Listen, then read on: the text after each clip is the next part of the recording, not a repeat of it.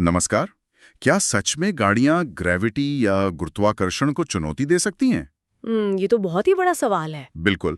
जरा सोचिए, किसी भारी भरकम गाड़ी को ढलान पर बिना गियर के छोड़ दिया जाए हाँ, न्यूट्रल में। और वो नीचे लुढ़कने के बजाय रहस्यमयी तरीके से ऊपर की तरफ चढ़ने लगे। ये तो सीधे तौर पर इंसान की धारणा और फिजिक्स के बीच का एक बहुत बड़ा टकराव लगता है। एकदम सही। और आज की इस गहन चर्चा में हमारे पास कई अहम स्रोत और एक विस्तृत साइंटिफिक रिपोर्ट है। इसका शीर्षक है मैग्नेटिक हिल का रहस्य, साइंटिफिक एक्सप्लोरेशन और रियलिटी। और हमारा मकसद है इस रिपोर्ट के डेटा के जरिए इस पूरी घटना की सच्चाई को सामने लाना।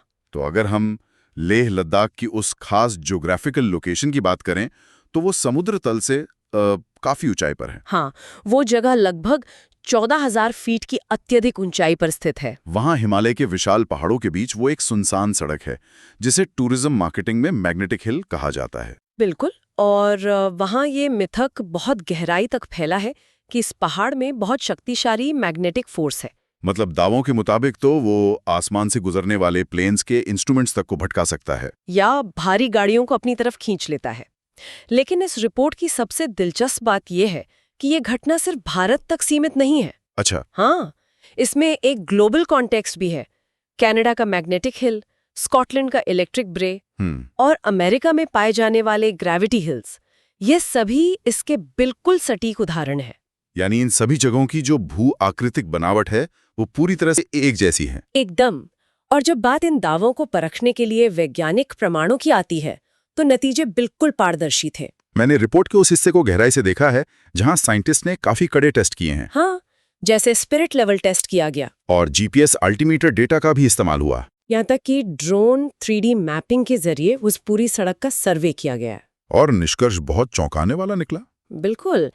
निष्कर्ष ये था कि वहां रत्ती भर भी मैग्नेटिक इंटरफेरेंस मौजूद नहीं है। मतलब सामान्य कंपास वहां बिल्कुल सटीक दिशा दिखाते हैं, कोई चुंबकीय शक्ति नहीं है। सही कहा। विज्ञान के इन कड़े परीक्षणों ने उस पुराने मिथक को पूरी तरह तोड़ दिया है। लेकिन फिर सबसे बड़ा सवाल ये उठता है कि अगर कोई मैग्नेट नहीं है तो गाड़ी ऊपर की तरफ क्यों जाती है?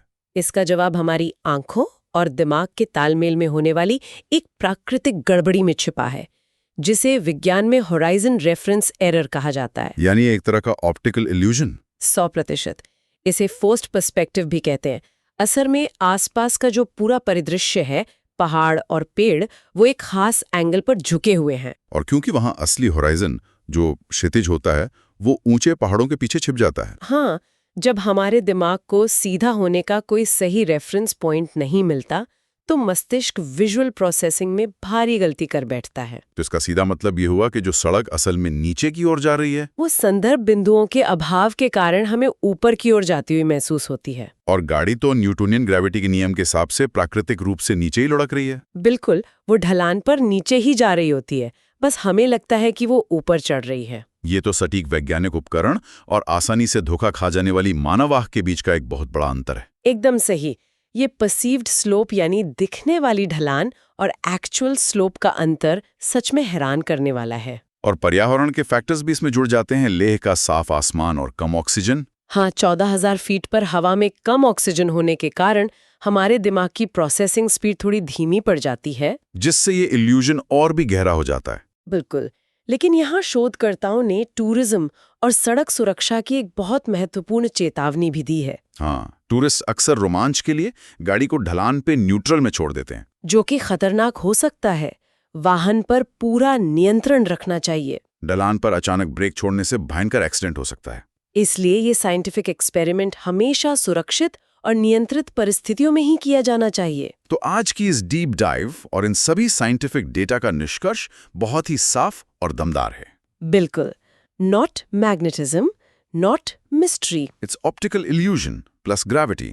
यही साइंस और हमारी परसेप्शन के बीच की सबसे बड़ी सीख है। जो दिखता है वो हमेशा सच नहीं होता। बिल्कुल सही कहा। अगर विज्ञान और रहस्यों की सच्चाई जानने का ये सफर ज्ञानवर्धक लगा हो तो चैनल को सब्सक्राइब जरूर करें, ताकि आगे भी ऐसी गहरी साइंटिफिक चर्चाएं सुनने को मिलती रहें। और अंत में एक विचार के साथ इस चर्चा को विराम देते हैं। जरा सोचिए, मस्तिष्क की इस विजुअल प्रोसेसिंग लिमिटेशन के कारण हमारी दुनिया में और कितनी चीजें वैसी बिल्कुल नहीं हैं जैसी वे हमें दिखाई देती हैं।